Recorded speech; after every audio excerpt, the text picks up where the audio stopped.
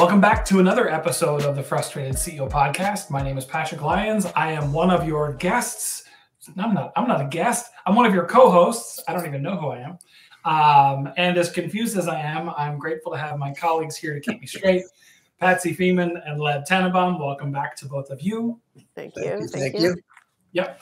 We are back, listener, with round 2 of our interview with ProCircular founder and CEO Aaron Warner. If you missed our last episode, whether you want to stop and go back and listen to that first or just listen to this one and then go back and check.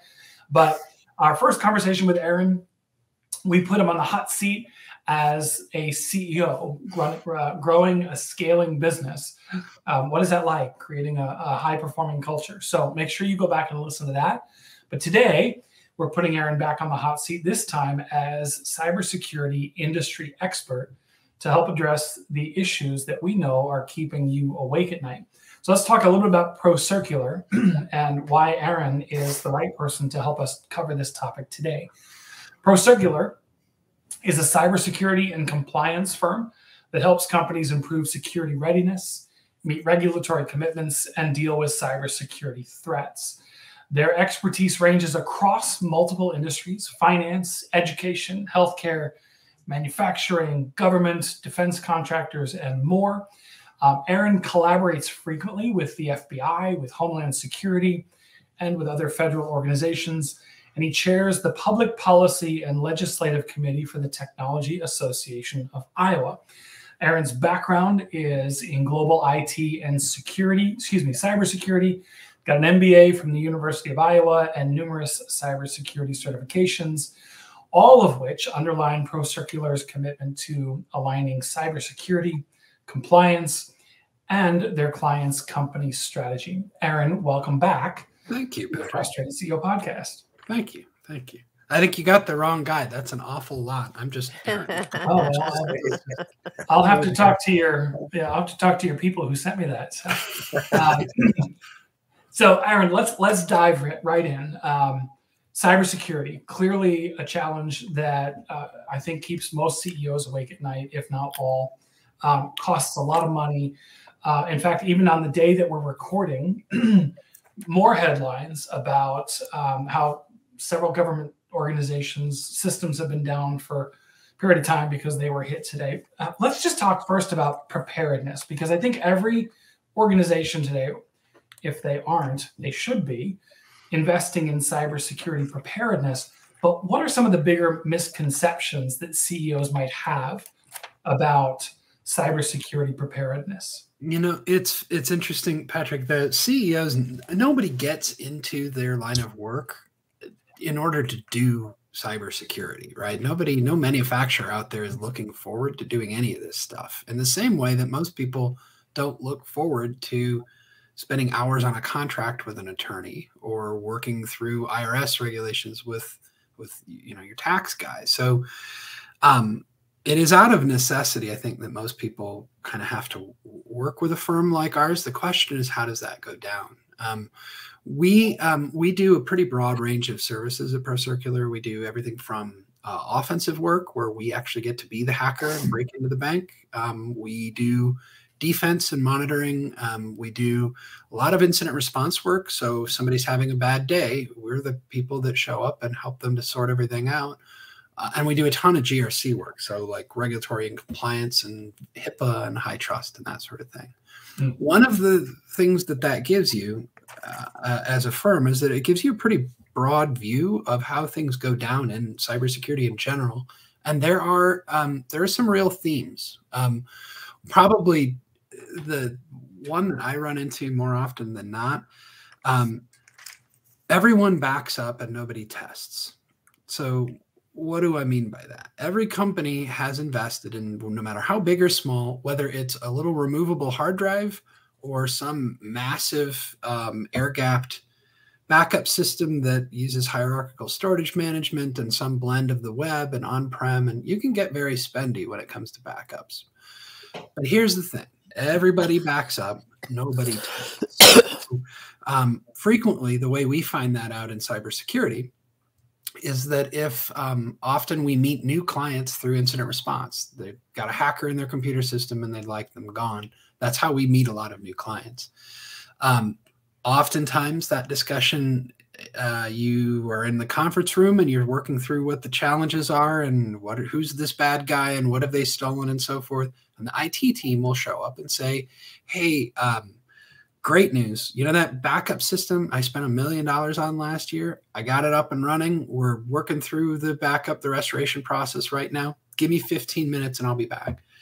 Inevitably, and this isn't always, but it's a lot, 80+% of the time, that IT person shuffles back into the room and says, well, good news and bad news. The good news is that the backup system works. The bad news is that we're missing the last 3 months of data.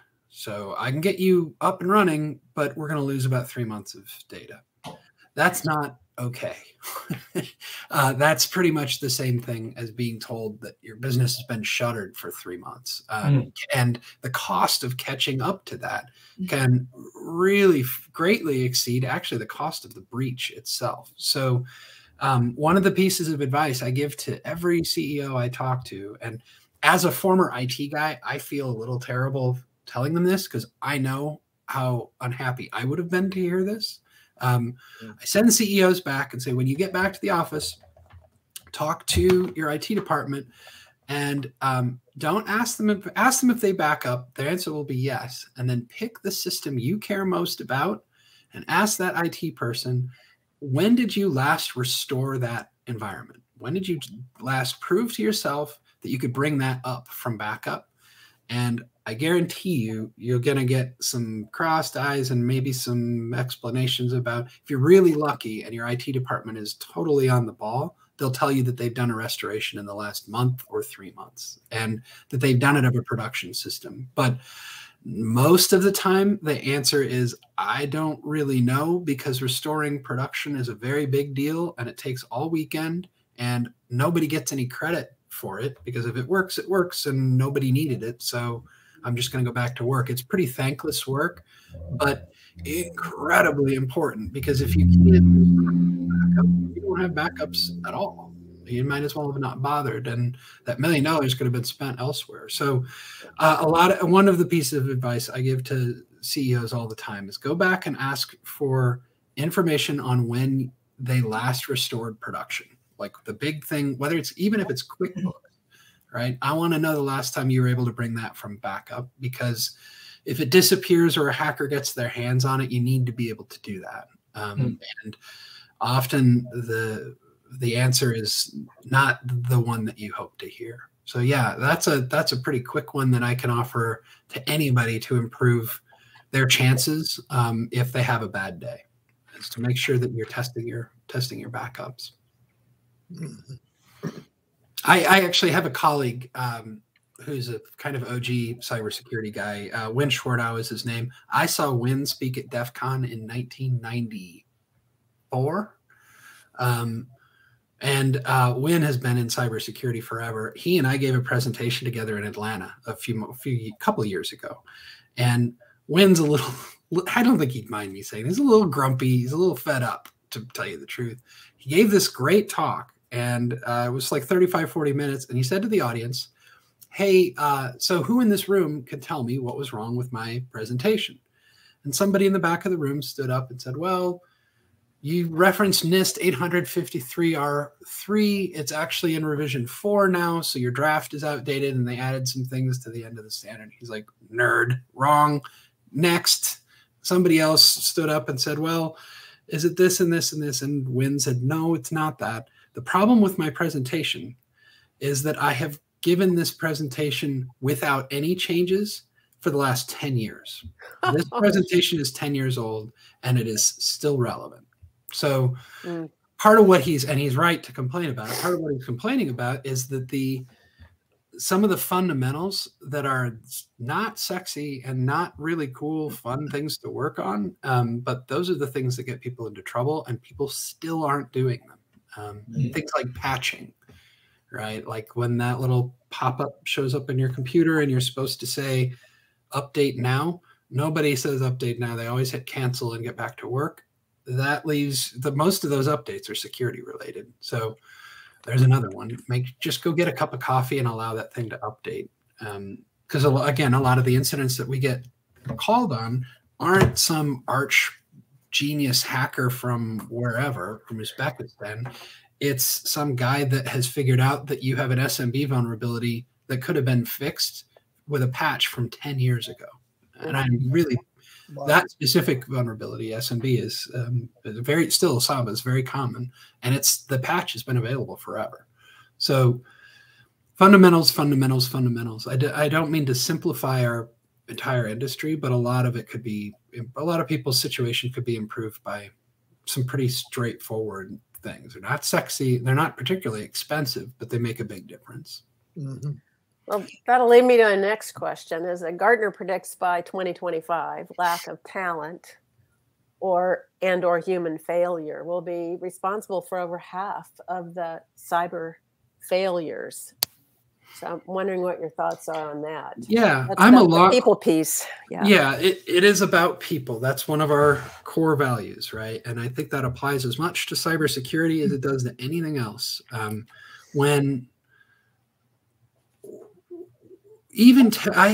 had a mentor many years ago who's an IBM research fellow. He's a very, very bright man. And he told me, Aaron, if something starts to look like a technical issue, look more closely. It's a people thing.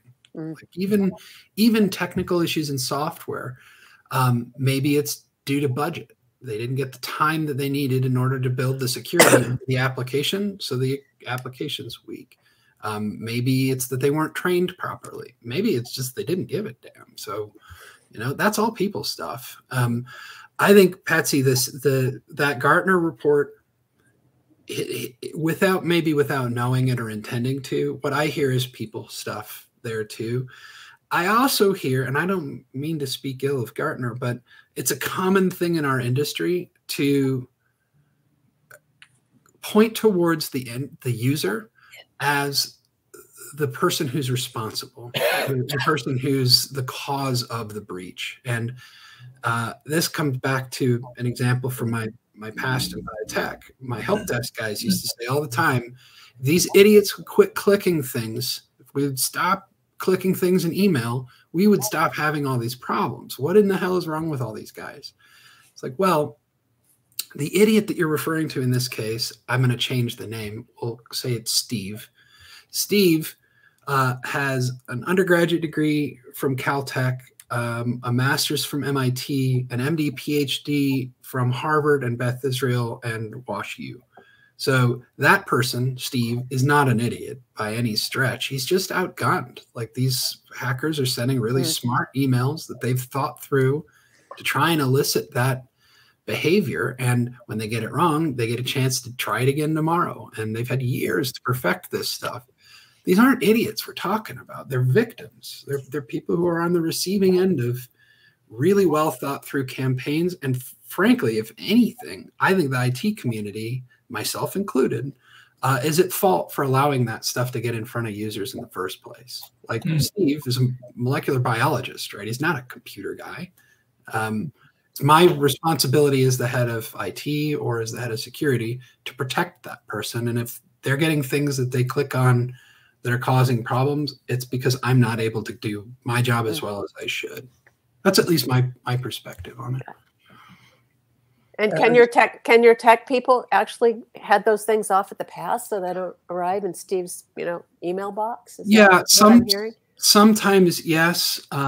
There are some good solutions out there. Microsoft has made some really serious progress along those lines with some of the things that they do up in the cloud.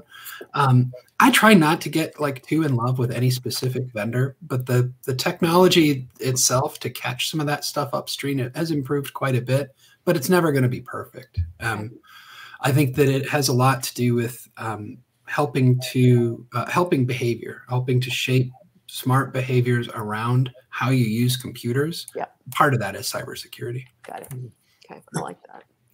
I'm hearing two things here that are of interest to me. And one of them is the cloud. We're old enough and have worked in companies long enough to remember when the big one of the big questions, or the savior, was going to be, we're going to transition everything onto the cloud. Sure. Solve all our problems. I remember specifically 2 companies where that was the answer, and the investments, were made, but there was a whole lot missing about that. And then the other is, hackers to some degree just outsmarting people, and those people are not prepared. And then AI is in the scene. So both of those, to me, I think are valuable to hear from you on. Yeah, the cloud. Again, you mentioned it, and very politely reminded me of how long I've been at this. I was a Novell guy back in it's been a while, right?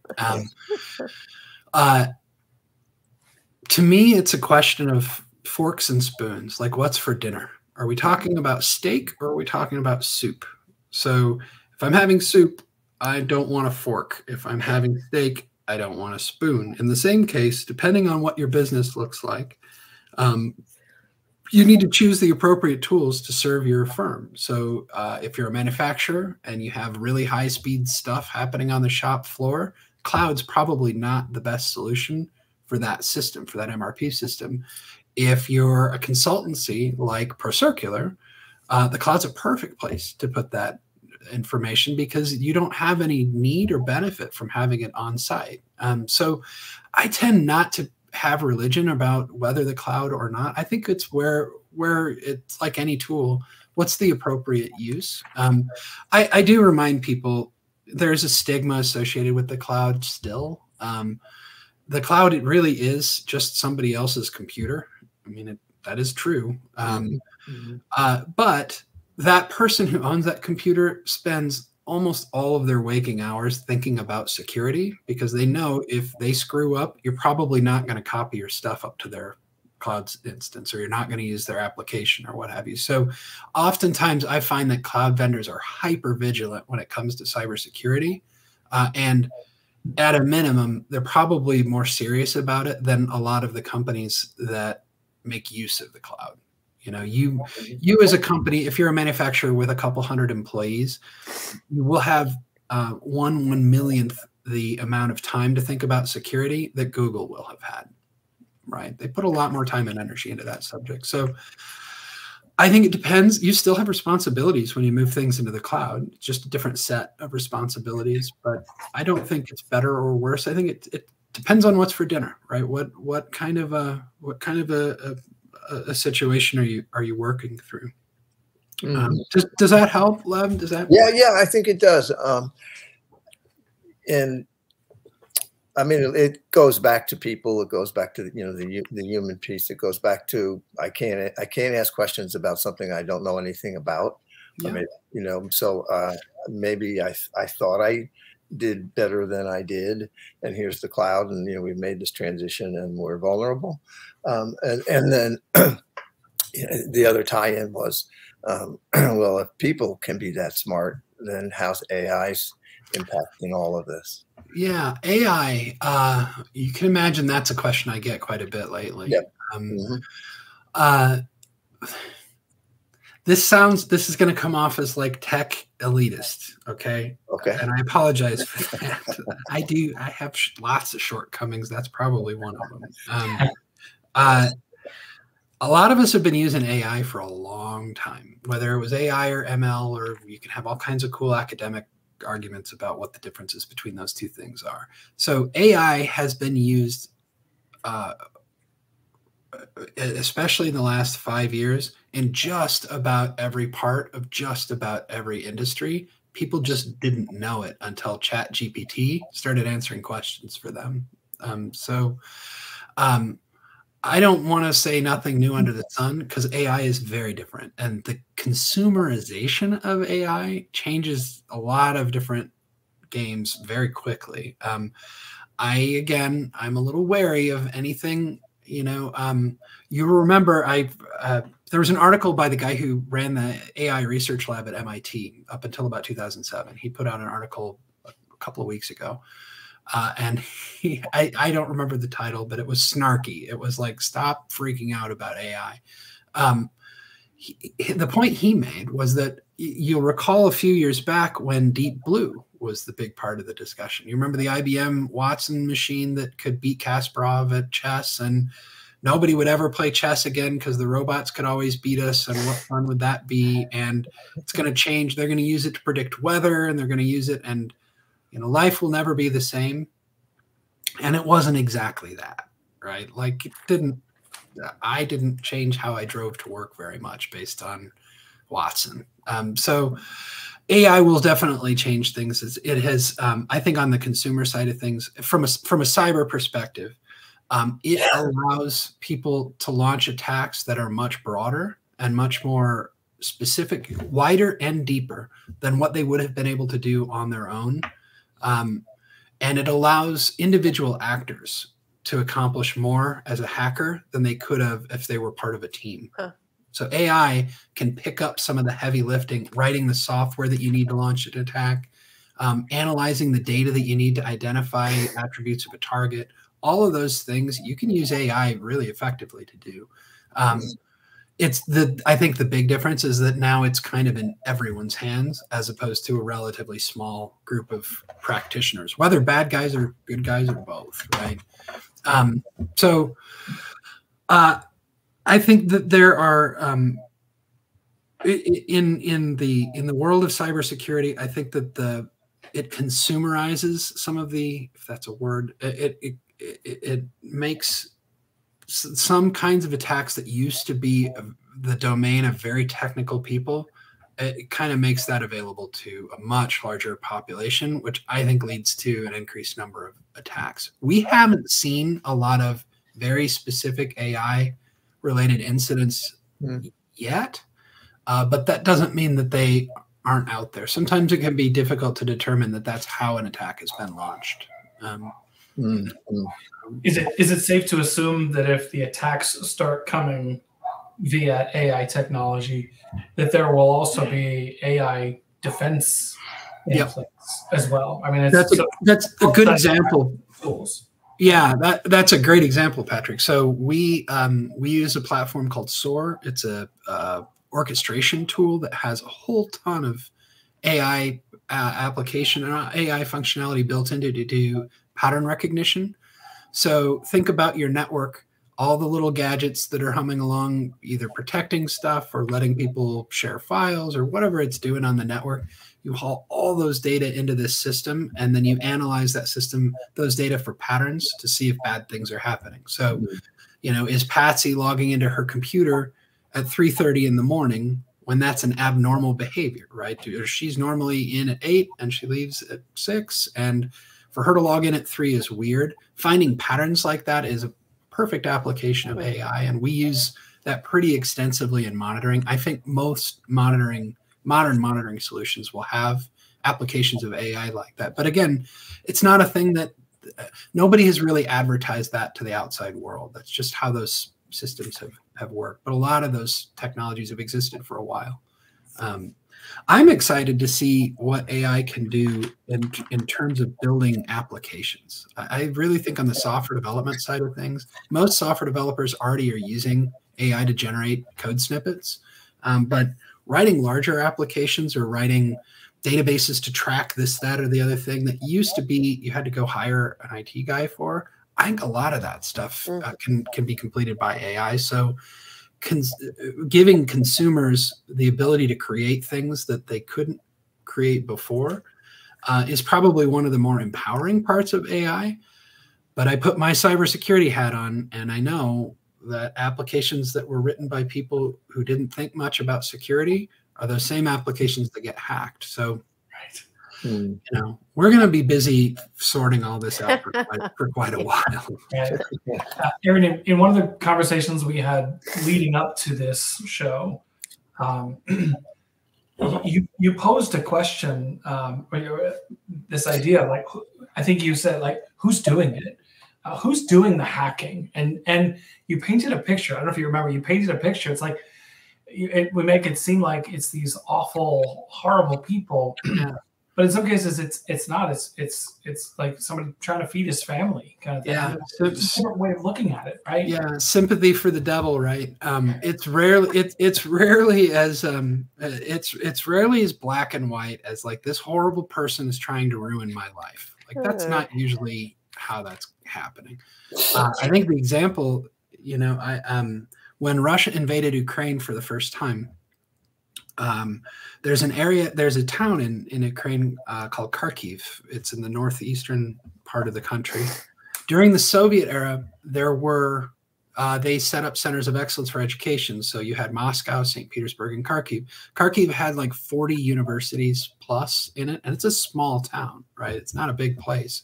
So you had all of these computer science professors, all of these computer science students, all these really smart people, and then the economy evaporated, right? So they're in a war zone. That doesn't change the fact that that professor of computer science, you know, had 4 kids. That hasn't changed, and he has to feed them. And there's no work. It's not safe to go into the office because people are shooting each other. So what does that guy do to feed his family?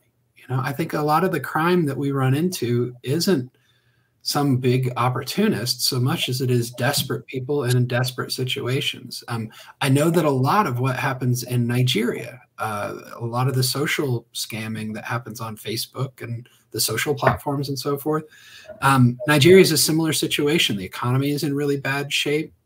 They have the benefit of some really good computer science schools in Nigeria, but then they graduate these guys and there's nowhere to work. And not to, you know, assign blame to the sort of larger global community, but I have a feeling if I told clients, hey, great news, I hired a bunch of Nigerian guys to work in our cybersecurity, we're going to offshore some of this stuff to Nigeria, and be like, yeah, it was nice working with you, but no. So there's a stigma associated with that place, right? Even despite the fact that they have really smart people there, they can't get work. So they turn to crime. They turn to the one thing that they know they can do with a laptop and the internet. And that's about all they have in the world. So you know, as much as I complain about some of the threat actors that we have to chase around, and make no mistake, there are some really unpleasant people involved in this. I don't mean to apologize for all of them, but there are a lot of people who work in the cybersecurity, like on the bad guy side of the cybersecurity world, who are doing it out of desperation, right? Or at a minimum, it's not because they're evil. It's because they're human. They're opportunists, or they're weak, or they're just in a situation that's out of their control. So I try to think about that a lot. You want to understand your enemy. You know, you want to understand the person that's stealing from you, because it allows you to defend better against them. Yeah. Aaron, you know, I can remember, I don't know, maybe it was 2 or 3 years ago when everybody started, especially with mobile devices, you know, being very loud about 5G. Mm-hmm. And when I looked up some of the threats that you might face, one of them was about 5G. Mm-hmm.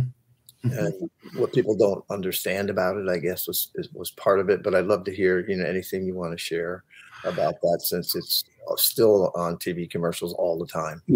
Yeah. 5G.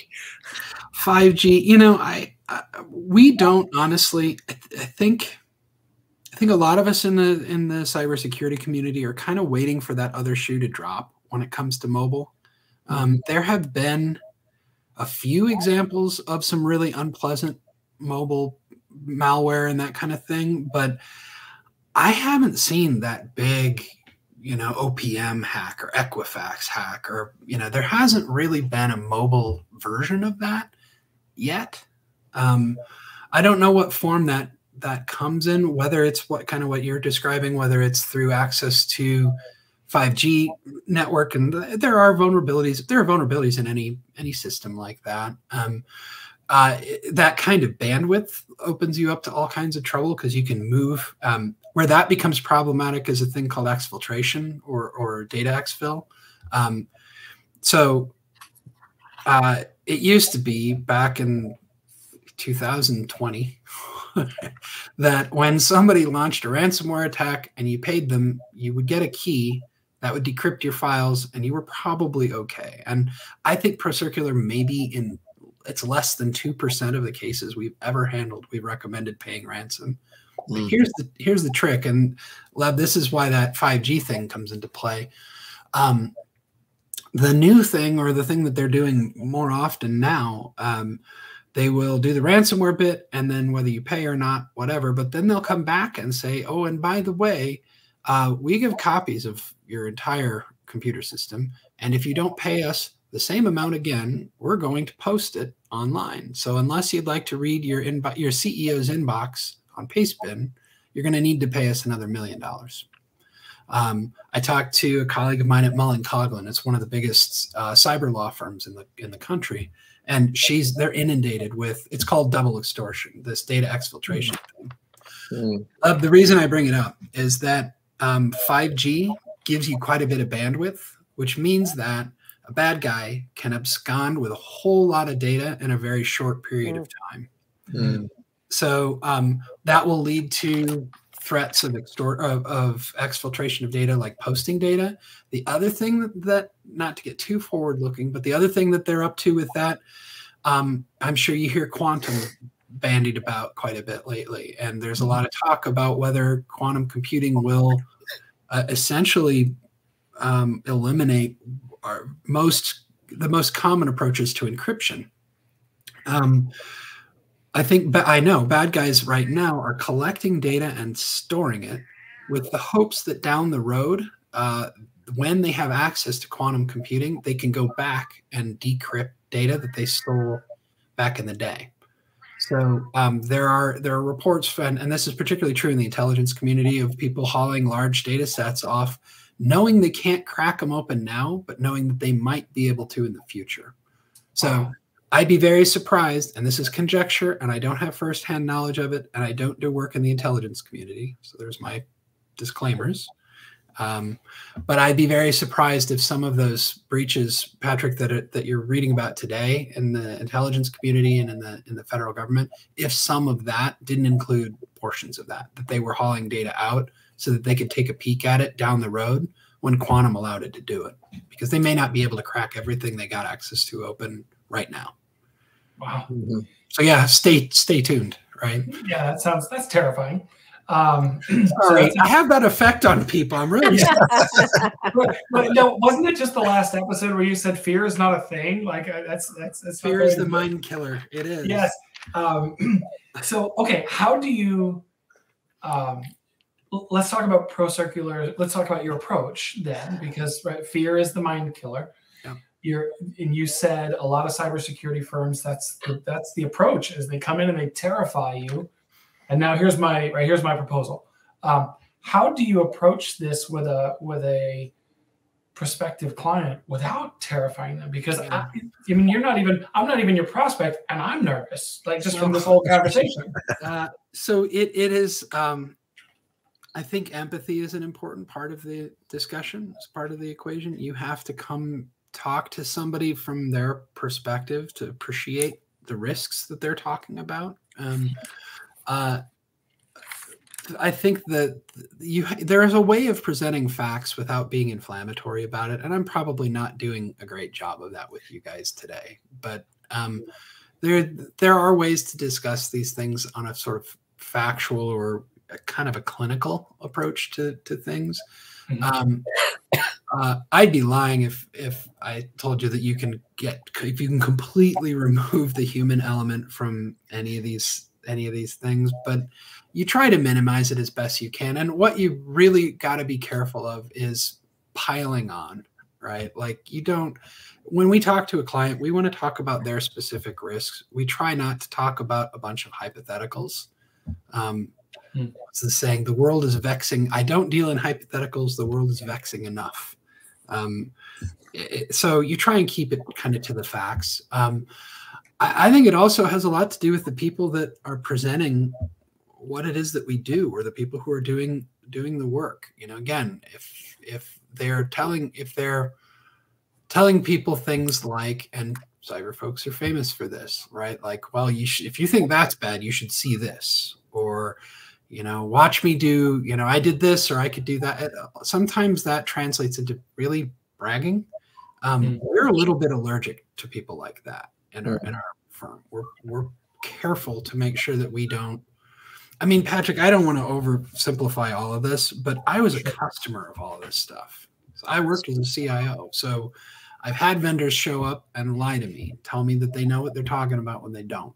I've had vendors that I've spent a lot of money with send a whole bunch of 12-year-olds in that my team ran circles around, right? It's like, why did I pay you for this? We taught you half of what to do this project, right? Like, so I have pretty strong opinions about what happens when someone has signed a check. You know, I want to make sure that they get the same thing I would have expected. And I had pretty high expectations. Yeah.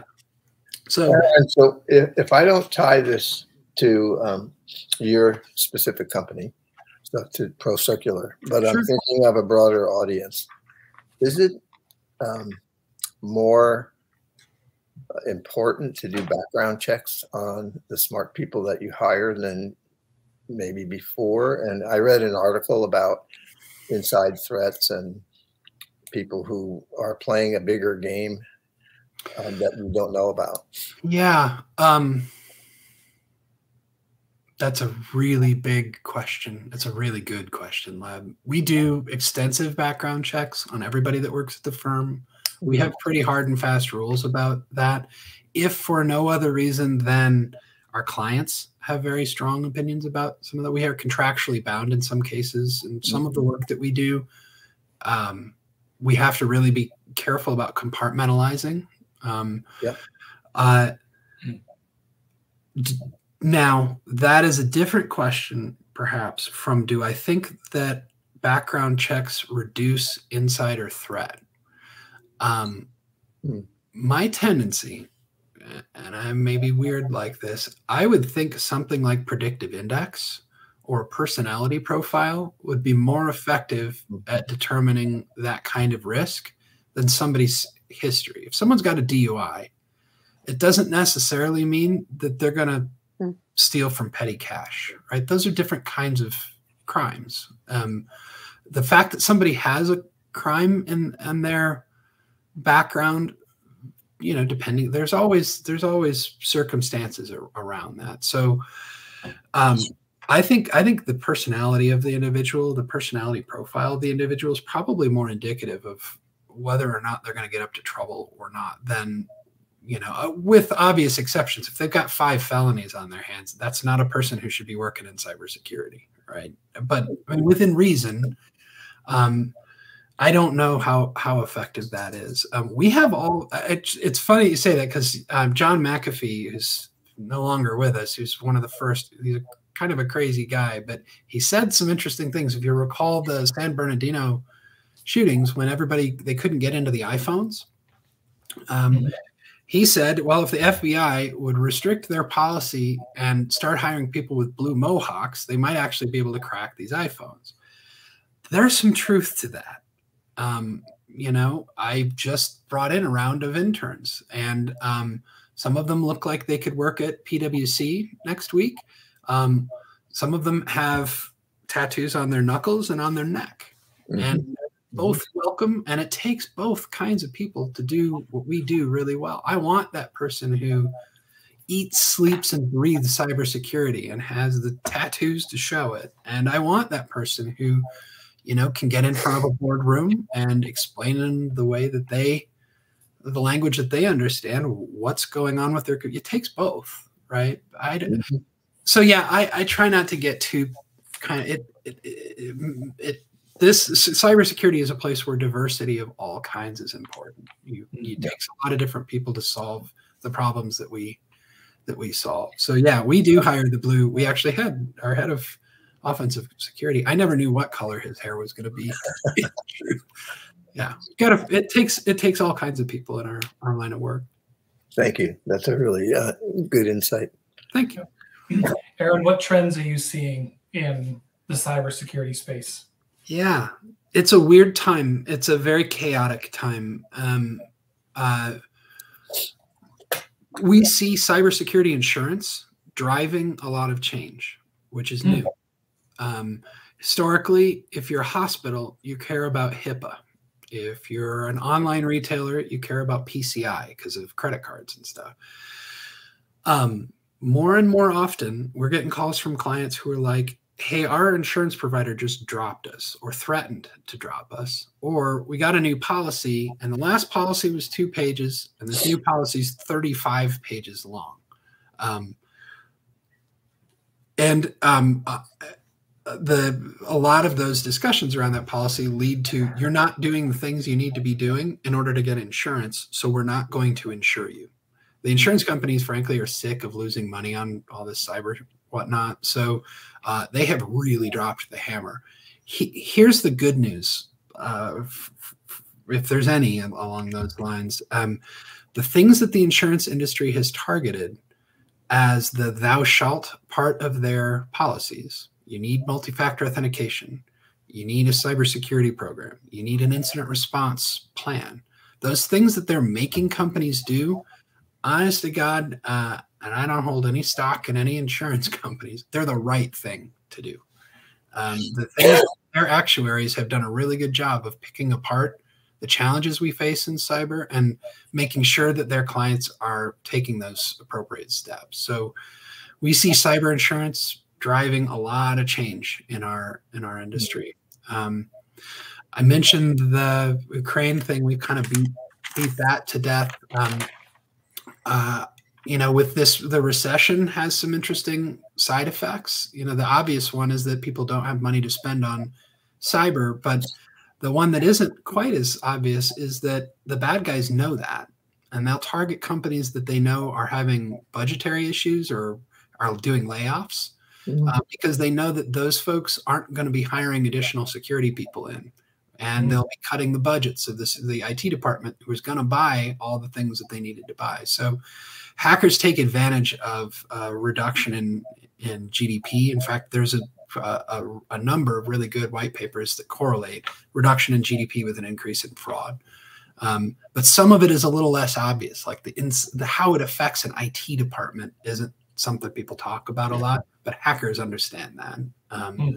So the recession is having an interesting impact on people's spending on cybersecurity has slowed, which means that the number of incidents goes up.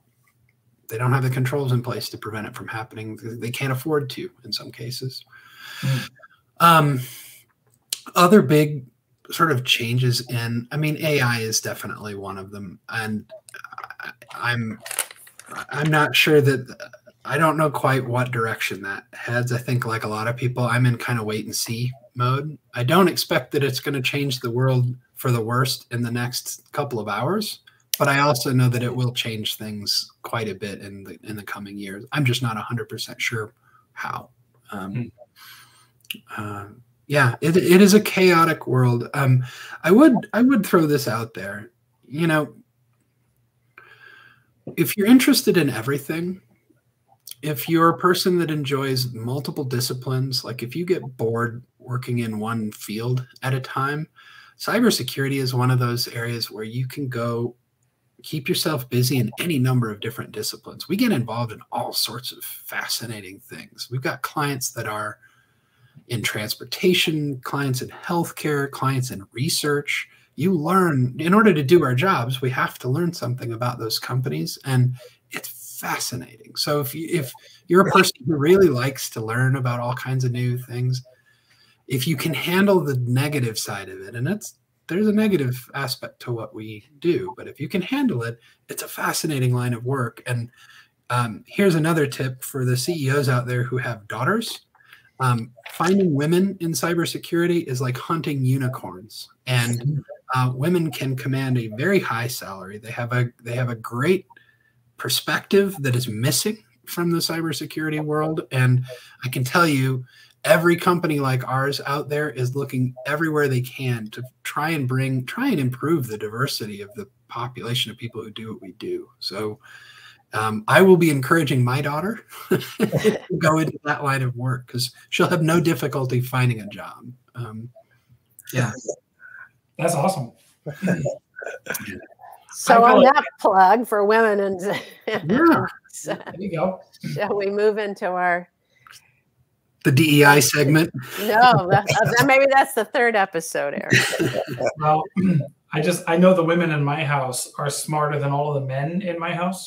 Yeah. So I would imagine having a woman on the cybersecurity team would be, probably outsmart 95% of the male hackers. So I don't want to out this specific individual, but one of the people we hired most recently with the tattoos I was describing is female.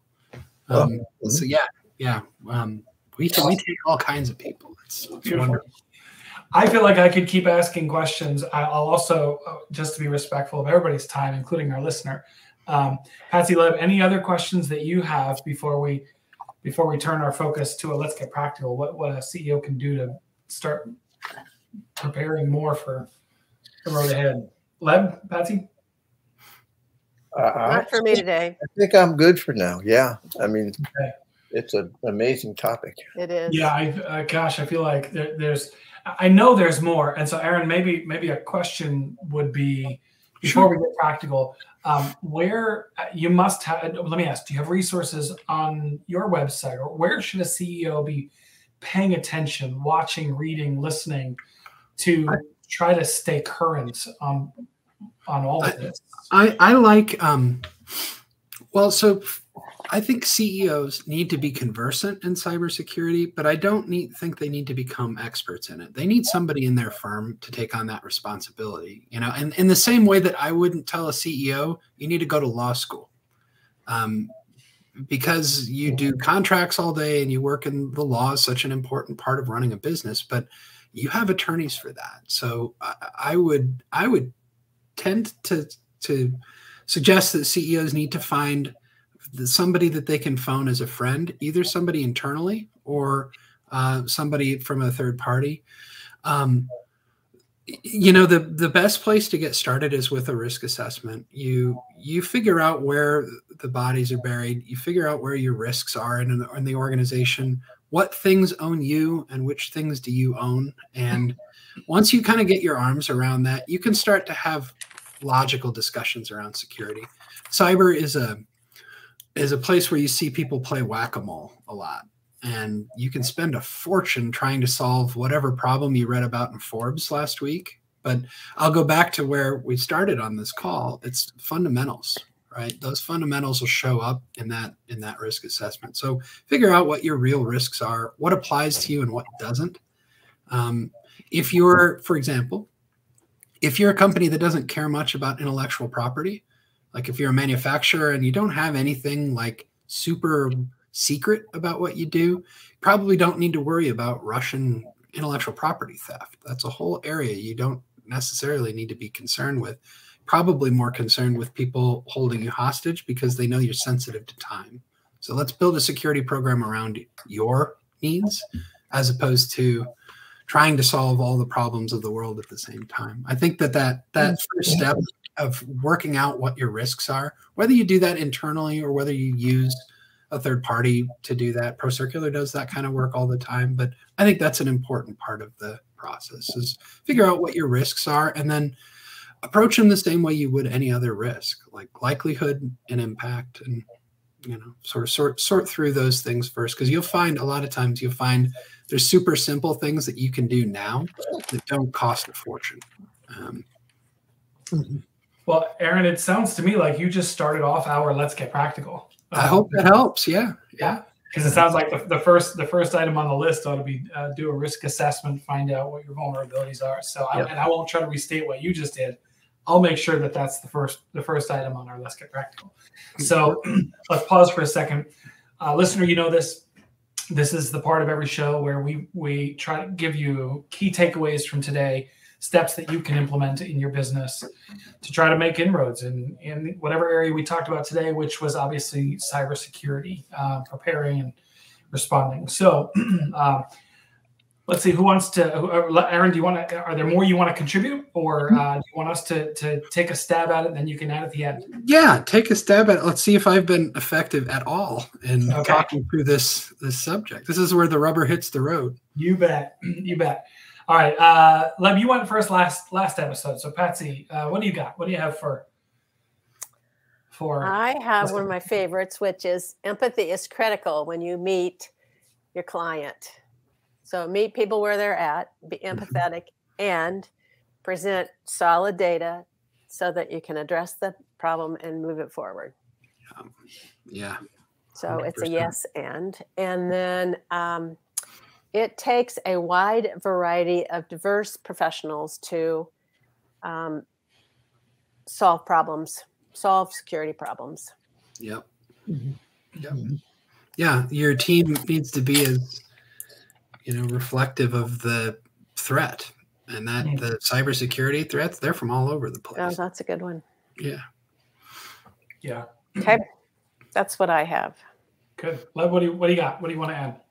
That everyone does backup, and it's critically important to ask, when have we done the last restoration? Amen, brother. That one right there will save more people very, very late nights. That's a wonderful piece of advice.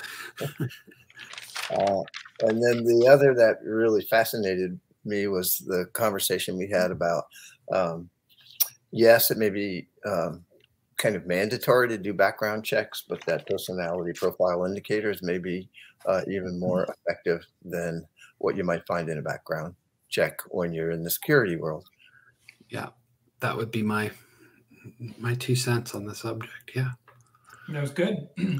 I'll add a couple, and then we'll do we can go around again.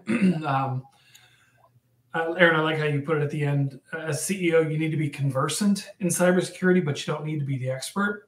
But you do need to find somebody internally or externally that you can count on to keep you informed. Again, whether that's on roll or whether that's a firm like ProCircular, who can come alongside and keep you informed. That was the first one. And then interesting, when we were talking about trends, seriously consider listening to your cybersecurity insurance provider. I just, that was interesting to me because I feel like in other areas, I don't necessarily know that I always, I don't want to listen to my insurance company when it comes to my health or my, that kind of stuff.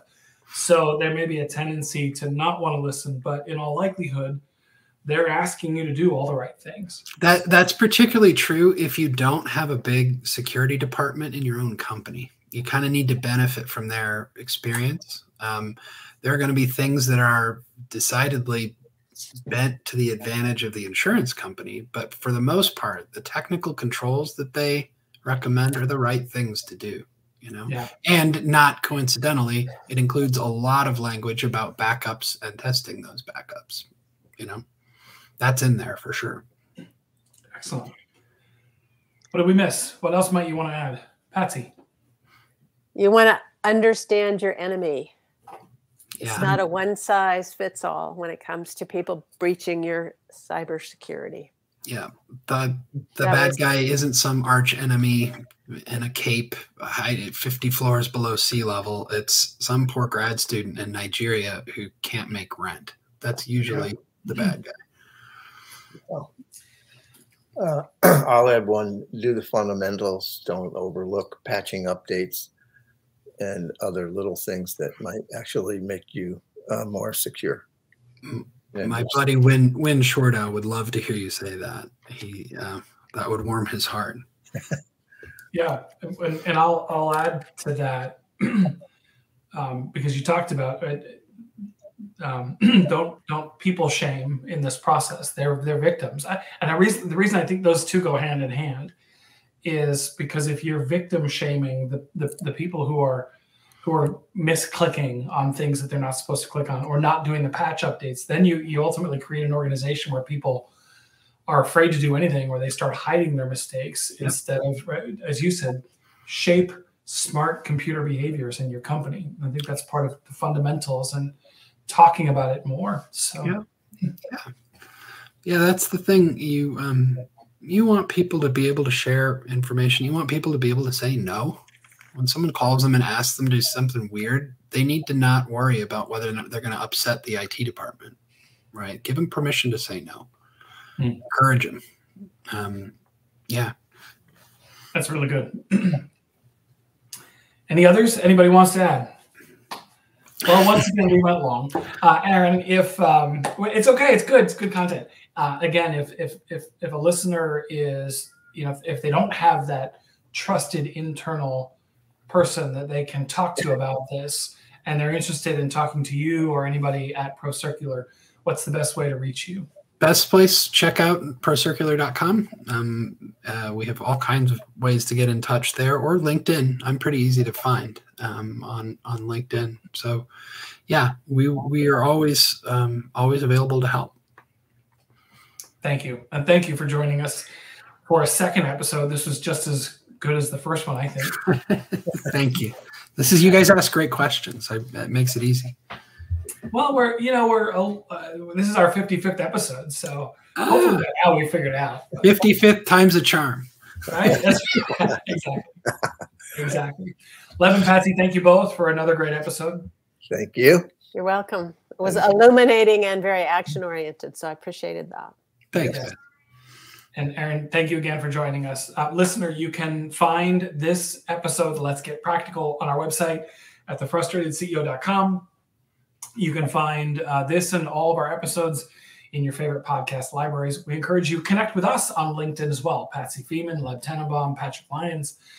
We'd love to connect with you. And if you have a suggestion for a future episode, or you'd like to be a guest on a future episode, then by all means, connect with us. Let us know. We'd love to engage with you. I think that's it. Anything else for the good of the cause? No, thank you, Aaron. That was really engaging and fun and illuminating.